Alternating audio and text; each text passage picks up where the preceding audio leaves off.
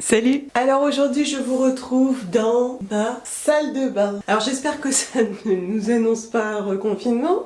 Un signe de mauvais augure. Alors non, aujourd'hui en tout cas ce n'est pas pour danser. C'est pour nettoyer, vous me l'avez tellement demandé que ça y est, je m'y colle.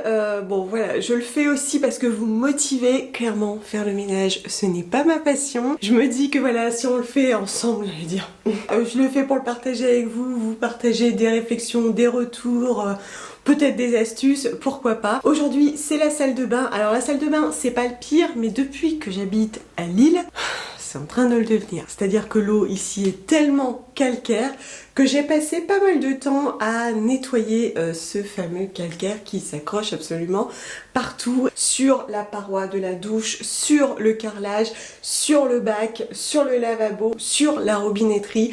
Bref, il faut s'y coller. Alors je vous disais que j'avais un petit peu farfouillé, je vous remets l'astuce Instagram juste ici, que j'avais essayé plusieurs choses pour arriver à bout de ce calcaire parce que jusqu'à présent je me contentais de verser du vinaigre blanc chaud pour retirer le calcaire avec une éponge et ça allait très bien. Mais depuis que je suis arrivée ici, les choses ont un petit peu changé, donc il a fallu que je m'adapte. Alors aujourd'hui, je vais surtout vous montrer la douche parce que j'ai un petit peu de boulot. Alors pour la petite histoire quand même, hein, cette douche c'est moi qui l'ai imaginée complètement parce qu'on a une salle de bain plutôt petite et voilà, il fallait optimiser l'espace. Du coup je l'ai imaginée de façon à ce qu'elle soit assez grande, assez fonctionnelle, et donc j'ai eu la bonne idée de mettre une grande vitre comme ça qu'il faut nettoyer tous les jours. On passe la raclette tous les jours. Bon, c'est très bien, au moins c'est lumineux, c'est pratique, il y a juste une petite entrée dans le bout comme ça, il n'y a pas d'eau qui passe, c'est super, mais il faut du coup l'entretenir. Et idem, j'ai mis un beau carrelage gris, mais un gris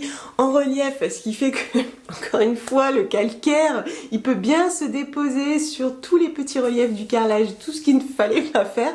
Et en plus, j'ai choisi d'insérer une petite frise que vous apercevez juste ici.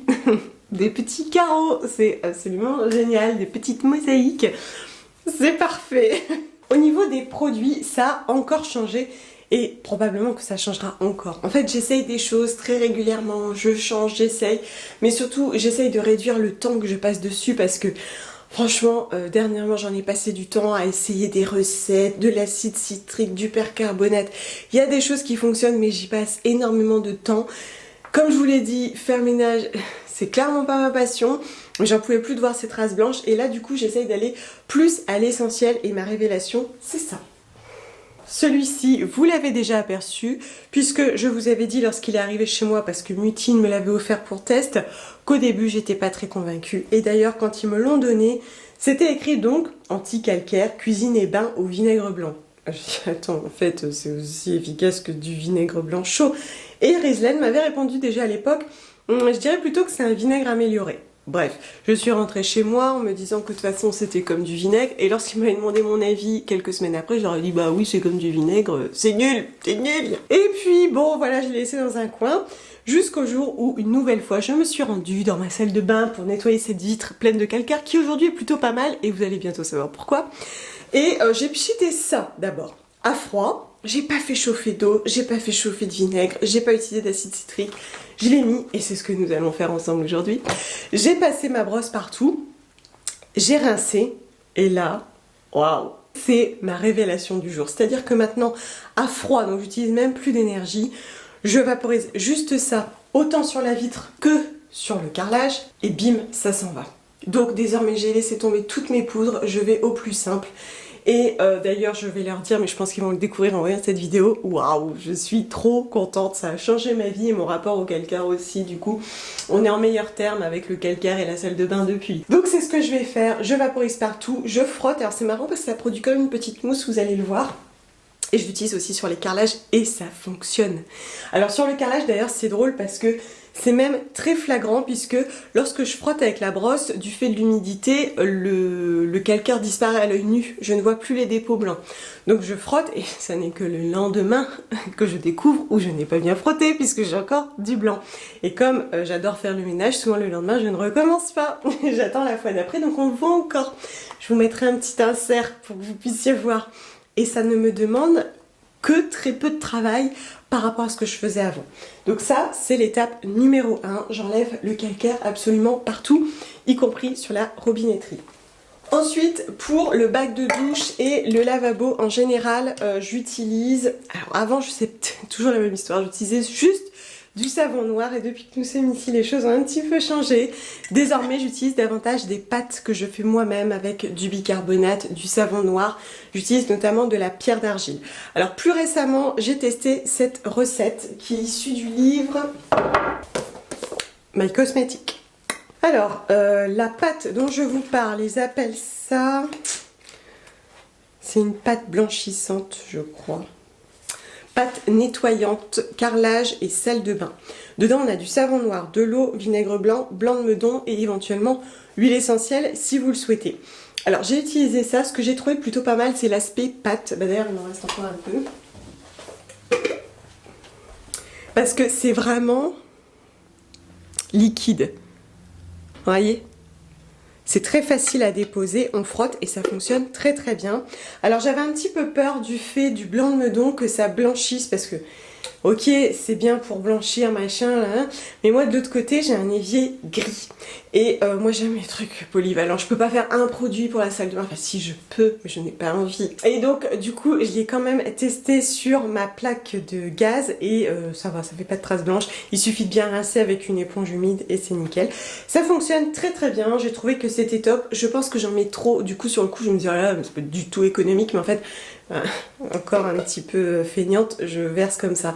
Je pense qu'il vaut mieux prendre une petite spatule, mettre et après frotter, ce que je ne fais pas. Mais c'est très très bien. Ceci dit, j'ai quand même voulu tester ce qui pour moi est un peu un incontournable. D'ailleurs, je vous en avais déjà parlé parce que je vous avais partagé ma recette, mais là j'en teste une nouvelle aujourd'hui, ça va être un peu la surprise, c'est la pierre d'argile. La pierre d'argile, je vous en ai beaucoup parlé parce que c'est pour moi un petit peu l'incontournable de la maison. C'est vraiment une pierre, une pâte à tout, une pâte nettoyante multi-usage pour toute la maison. Je l'utilise dans la cuisine, j'utilise sur la plaque, j'utilise dans la salle de bain, j'utilise des fois sur la vitre de cheminée quand elle est trop encrassée, que j'arrive plus à m'en sortir avec les cendres et le papier journal. Je l'utilise vraiment partout, partout, partout la pierre d'argile et j'en avais plus. Donc j'ai voulu tester leur recette qui n'est pas la même que la mienne, encore une fois. Alors ils appellent ça donc la pierre à récurer, pierre d'argile ultra douce. La différence c'est que eux ils ajoutent du blanc de meudon. Alors c'est pareil, moi je n'en mettais pas. Donc eux ils mettent savon noir, argile blanche, bicarbonate de soude, blanc de meudon. Et leur pâte est un petit peu plus souple je trouve que moi. Enfin leur pierre. Ma pierre elle est beaucoup plus sèche que ça. La leur je trouve qu'elle reste quand même assez souple. La mienne fallait vraiment frotter son éponge dessus, donc ça peut être plutôt sympa. Donc celle-ci je l'ai réalisée la semaine dernière et je l'ai laissée sécher. Vous pouvez l'utiliser tout de suite après hein, si vous voulez. Moi c'est ce que j'avais fait parce que il m'en restait un peu dans ma cuillère, je voulais pas gaspiller, donc je l'ai utilisée et c'est ce que je vais prendre aujourd'hui. Alors du coup ça va être la surprise, j'espère que ça fonctionne bien. Et avec je vais faire du coup tout ce qui est blanc, je vais frotter le lavabo, je vais frotter le bac de douche et c'est vrai que je trouve que la pierre d'argile c'est un petit peu incontournable. Très sympa, je trouve que c'est toujours utile. Il y a d'autres choses que je fais avec mais ça me revient pas comme ça, mais à chaque fois je me dis waouh c'est vraiment bien la pierre d'argile. Je sais plus pourquoi j'ai utilisé. Ah mince, je me rappelle plus. Je me souviens qu'un jour on n'arrive pas à venir à bout d'un truc et j'aimerais attends, j'ai la pierre d'argile. Ah bon, bref, du coup on va tenter. Et d'ailleurs ce joli pot que vous voyez, je l'avais eu sur une brocante. Souvent mes petits pots, soit je les récupère de notre alimentation, soit ça vient de brocante, brocante qui n'existe plus trop, je vous l'accorde, mais bref. Et c'est génial parce que, en tout cas à l'époque, quasiment tous mes pots Le Parfait que vous apercevez dans le fond, ce sont des lots de pots que j'ai achetés mais pour rien. Les gens vendaient des cagettes de pots quelques euros et ils sont trop beaux. Tu rachètes juste des joints si tu veux faire vraiment des conserves et sinon ils sont nickel. Vraiment top. Et bah allez.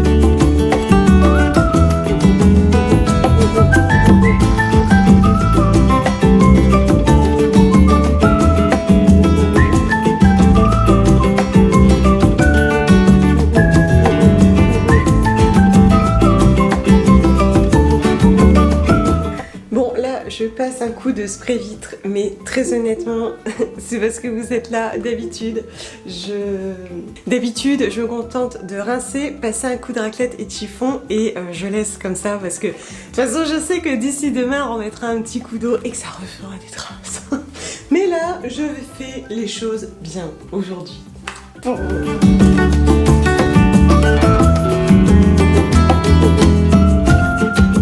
Normalement, il faut terminer avec une microfibre, mais non, j'ai pas envie. En revanche, ce que je fais souvent, c'est avant de tout reposer à l'intérieur, je vais nettoyer différents éléments, notamment ce loofah dont je vous avais déjà parlé, sur lequel repose mes savons. Je vais bien le savonner, bien le sécher, et ensuite remettre un savon neuf s'il faut un savon neuf, remettre un shampoing solide. C'est parti.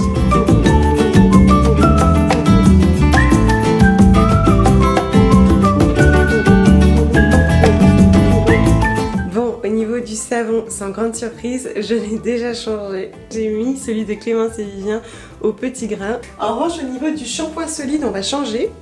J'essuie un petit peu mes mains. On va changer. On passe au suivant et on repasse sur Druides, dont je vous avais déjà beaucoup parlé. Un shampoing solide vraiment très slow, vraiment tout doux pour le cuir chevelu, qui est fabriqué en France et à la main. Et donc là, je vais prendre celui pour cheveux gras. Alors, donc ça sera pour toute la famille. Hein. Donc il est vegan, sans cruauté animale, il est labellisé Slow Cosmétique et il est vraiment tout doux parce que dedans on n'a pas de sulfate, il ne contient pas d'huiles essentielles et d'ailleurs, bon je vous l'avais déjà dit, mais en fait les filles de Druides avaient imaginé cette gamme pour les personnes qui ont des peaux très sensibles ou les cuirs chevelus très sensibles avec de l'eczéma, du psoriasis ou des allergies. Donc c'est pensé vraiment de manière très douce et ça fait écho à ce que je vous disais dans ma routine cheveux, utiliser des produits qui ne décapent pas. C'est-à-dire que dans les solides, on a quand même des produits qui sont un petit peu agressifs. Voilà, on n'a pas de sulfate, mais ça n'est pas non plus du SCI, c'est du SLMI, qui est encore un petit peu plus doux. Et ce qui est pas mal, c'est qu'elles essayent en plus de favoriser des matières vraiment équitables, slow. Donc là, même dans la composition, elles font un maximum pour modérer l'impact du produit. Cette boîte est fabriquée à 40% d'ingrédients issus de matières premières naturelles, papier écologique, compostable, fabriqué avec des résidus organiques d'agrumes, tiens. 30% recyclé post-consommation, 100% énergie verte. Ah, il est beau. Et donc du coup, dans ma salle de bain, il n'y a que des solides, mais c'est vrai que désormais, ma famille est plutôt bien habituée. Ensuite, je remets de quoi me laver. D'ailleurs, des fois, ce truc-là, j'aime bien le passer un petit coup au vinaigre blanc. Alors, je sais pas si c'est vraiment très bien, mais je sais pas, par hygiène, j'aime bien le passer un coup au vinaigre pour dire bien le nettoyer, quoi. Bon. Et puis mon petit arrosoir pour récupérer, je vous l'avais dit, le premier jet d'eau froide parce que le matin l'eau est absolument glacée et moi je n'arrive pas à prendre de douche froide. Du coup on récupère dans un petit arrosoir et cette eau là je vais l'utiliser déjà tout à l'heure pour nettoyer le lavabo et surtout pour arroser les plantes. Ah, ça peut m'être utile aussi pour nettoyer mes culottes menstruelles. Après avoir nettoyé l'espace lavabo, tout retiré, tout dépoussiéré et avoir fait le miroir, en général je finis donc avec le sol. Donc je vais tout retirer, tout dépoussiérer et c'est là que tu te dis le minimalisme ça a vraiment du bon parce que moins t'en as, plus tu vas vite. Donc là je vais sortir le tapis. Alors ce tapis en fibre naturelle, je ne sais pas d'où il vient malheureusement. C'est ma maman qui me l'a offert. Et ici, ce petit meuble, c'est pareil, c'est un meuble issu d'un meuble gigogne, très vieux, franchement rien de foufou. Je vais tout retirer. En dessous, on a un petit peu toutes sortes de produits, notamment ceux que je dois tester prochainement. Et puis je vais sortir toutes mes petites plantes, les arroser, ensuite on nettoie le sol.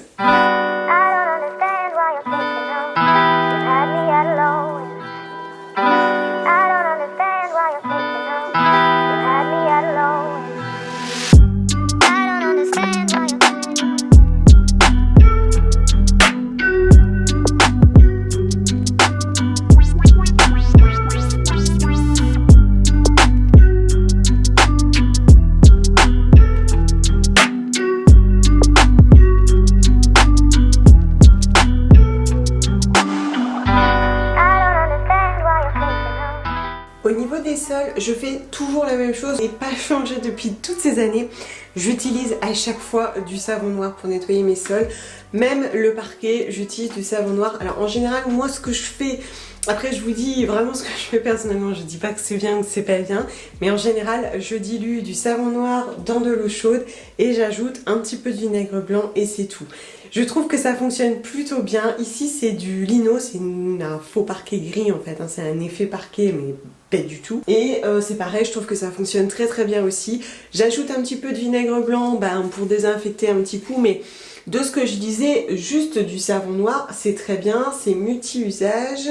Naturel et écologique, il dégraisse et détache tout type de surface, il est idéal pour l'entretien de la maison et du jardin, utilisé seul, mélangé à de l'eau en synergie avec d'autres produits naturels. En plus, bon, c'est un produit naturel, je sais pas si ils en parlent, il me semble qu'ils en parlent à un moment donné du savon noir. Détachant, nettoyant, ultra dégraissant, économique, insecticide, bah oui parce que on en parle beaucoup, vous savez, à verser sur les plantes. Je vous en avais parlé quand j'avais de la cochenille sur l'hortensia et des pyrales du buis. Bon, tout ça j'ai utilisé, respectueux de l'environnement, d'origine végétale, nanana. Idéal pour faire briller, dégraisser et nourrir les sols et parquets en bois.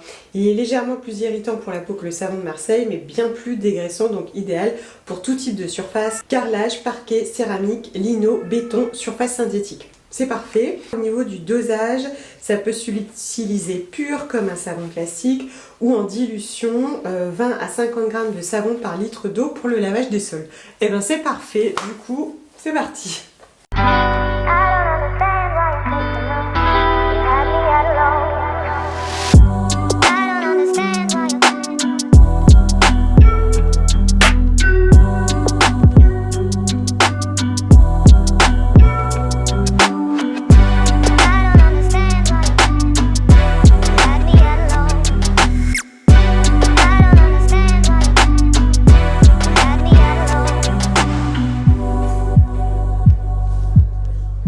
Bon, et bien ma foi, c'est plutôt pas mal. Je viens quand même de voir qu'il y a des endroits où je n'avais pas bien rincé le vinaigre, donc j'ai encore des traces sur le côté là où il y a la plante, mais c'est pas très grave, celui qui n'est pas content, c'est pareil. Je voulais vous dire que aussi, voilà, ma petite routine ménage a un petit peu changé et ça faisait écho à ce qu'on s'est beaucoup dit au niveau de la charge mentale. Je passais beaucoup de temps à nettoyer.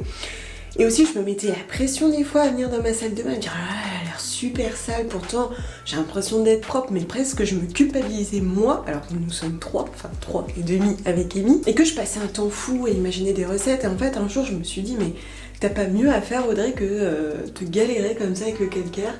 Et au final, enfin avec le calcaire, avec le ménage tout court. Et au final cette petite routine me va plutôt bien, je fais simple pour qu'on puisse vivre dans un environnement propre, sain, et je pense que c'est déjà bien assez. On est toujours en quête de perfection et de brillance, mais bon, encore une fois, mon voyage en Afrique m'a bien mis en face de la réalité, de ce que c'est que de vivre dans un environnement sain et propre. Et au final, ça me va très très bien. Je vous ai partagé toutes les petites astuces que j'ai, rien de fou, mais en même temps, j'ai envie de vous dire, j'ai une vie aussi très ordinaire. J'espère que ça vous sera utile. Si vous avez des questions, bien entendu, n'hésitez pas, on se retrouve en commentaire et je vous dis à très très vite. Ciao!